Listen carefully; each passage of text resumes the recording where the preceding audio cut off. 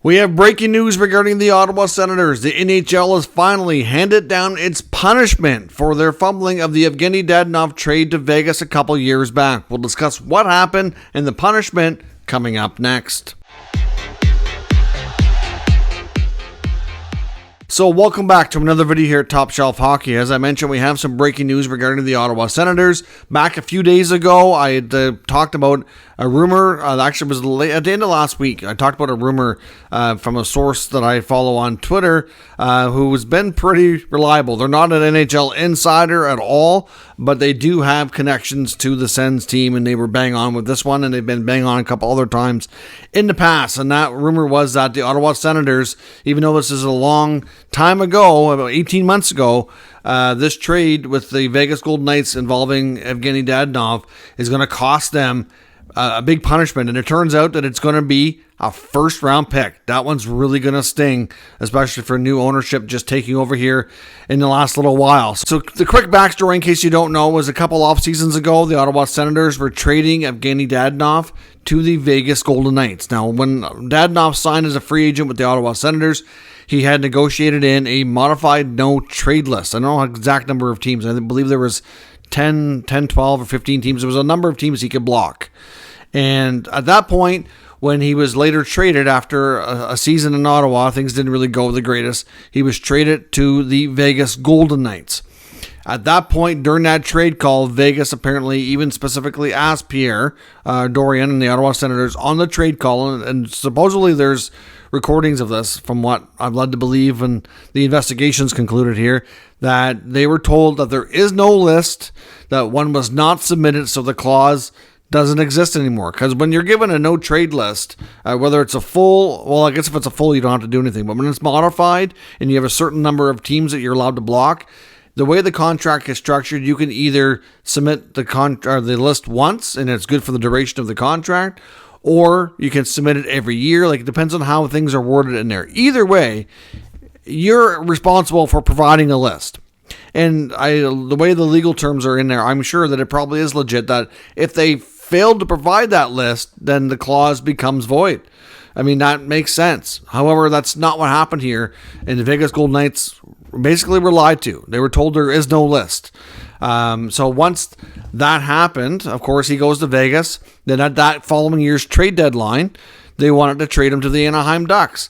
And it was pending trade call with the NHL. And supposedly when Dadonov's agent got word of the trade, he's like, no, that can't happen because he has a modified no trade.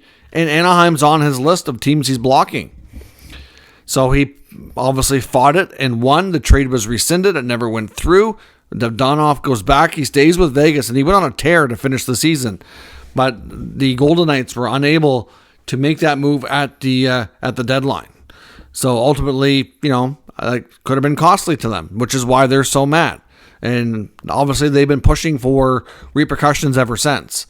In the beginning, it looked like it was kind of, the reports said from different sources in the NHL world that basically there would be no punishment. It was just an oversight, blah, blah, blah, whatever happened. And that's obviously Vegas felt differently, and they've been fighting this a long time. For all we know, they've had lawyers behind the scenes fighting this for a long time.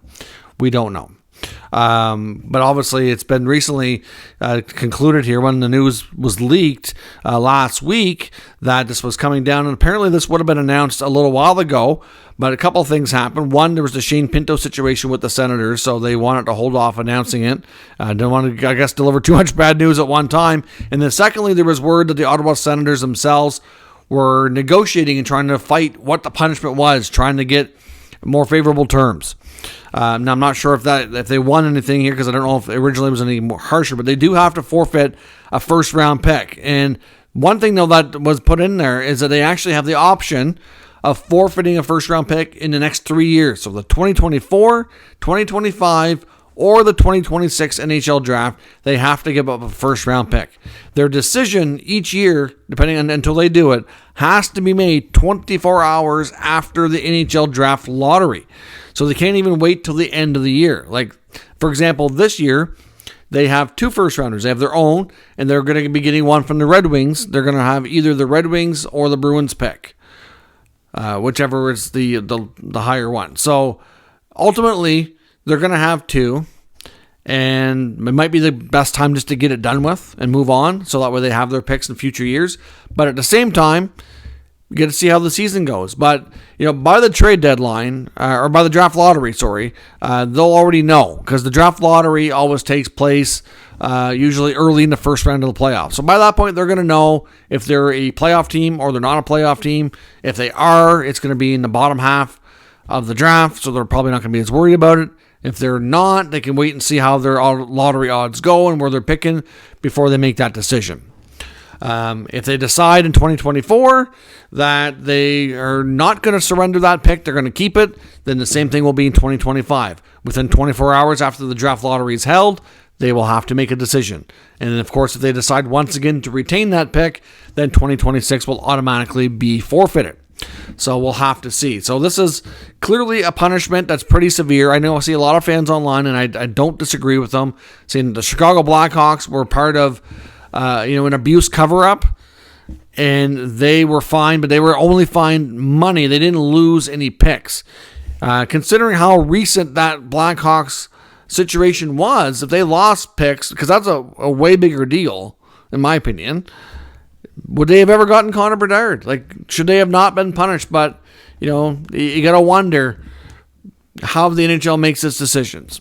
And, of course, the NHL has a statement out. Of course, they said they're not going to make any more further comments on this situation. Vegas has commented on this on social media, saying that they're basically happy to see, I'm paraphrasing, that they're happy to see the Senators were punished and that the NHL looked into this and that they're not going to make any further comments on this. Now, the Ottawa Senators have called a news conference for 3:15 Eastern Time. So by the time this video hits YouTube, you're probably looking at about an hour or so, thereabouts, afterwards when that press conference goes down. I would not be surprised if that press conference is to announce the dismissal of Pierre Dorion.